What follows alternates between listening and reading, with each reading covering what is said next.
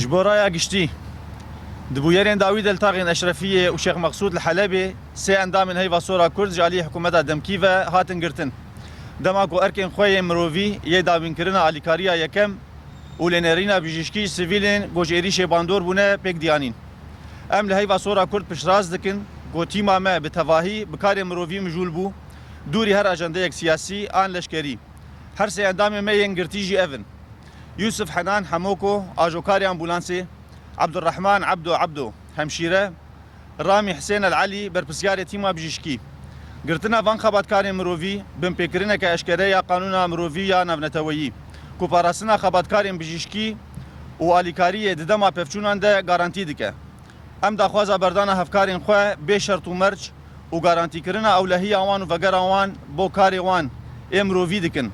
و ام آلیم برپسیار جبو هر زرارا گودبه گوبسری وان وره بتواهی برپرسیار دبینن هر وها ام بانگ لهمور خستن نافنتویی مروفی دکن گوبلزگینی مداخله بکن کورز لپرنسیب خبات مروفی ورا گرتن و کارمندین بجیشکی و آلیکاری اشهر آنجامانج گرتن آن گرتن ورن پاراستن هیوا صورة كرد 12 مها 2026. بيان إلى الرأي العام. في ظل الأحداث الأخيرة في أحياء الأشرفية والشيخ مقصود تعرض 3 من أعضاء الهلال الأحمر الكردي للاعتقال من قبل الحكومة المؤقتة، وذلك أثناء قيامهم بواجبهم الإنساني في إسعاف الجرحى وتقديم الرعاية الطبية للمدنيين المتضررين جراء الهجوم. إننا في الهلال الأحمر الكردي نؤكد أن فريقنا كانوا على رأس عملهم الإنساني البحت بعيدا عن أي أجندات سياسية أو عسكرية، وهم يوسف حنان حمكو سائق الإسعاف، عبد الرحمن عبدو ممرض، رامي حسين العلي قائد الفريق الطبي.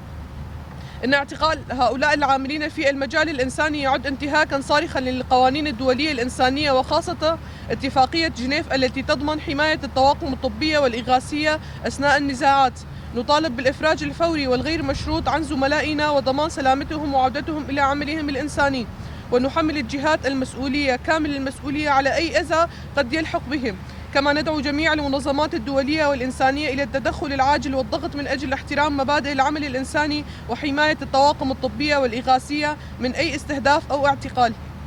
الهلال الأحمر الكردي قامشلو 12/1/2026.